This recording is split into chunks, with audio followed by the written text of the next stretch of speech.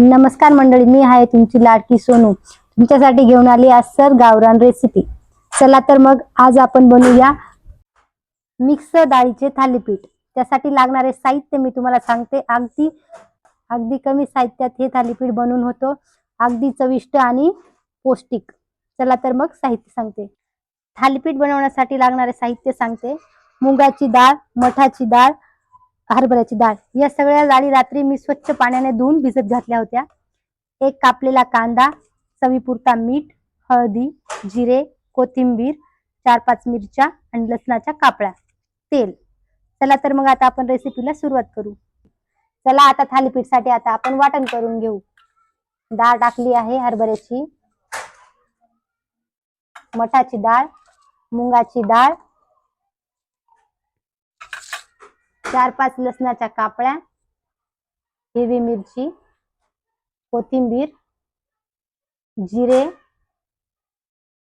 चवीनुसार मीठ. चला या सगळ्यांचं आता आपण वाटण करून घेऊ. आपलं थालीपीठचं वाटण बारीक झालेलं आहे. आता हे आपण वाटण काढून घेऊ आणि त्यात हळद, मीठ, जिरे टाकून घेऊ.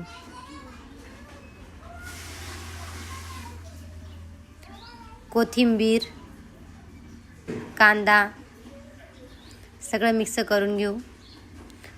त्यावर 2 चमचे तेल टाकू. आता त्यावर थालीपीठ थापून घेऊ. आपण हातानेच थापायचं आहे.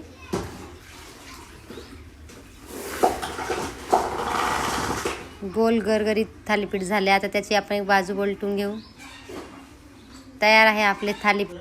खरपूस असे थालीपीठ आपले तयार झाले आहेत. अशाच भन्नाट रेसिपींसाठी माझ्या चॅनल लाईक करा, सबस्क्राईब करा. धन्यवाद.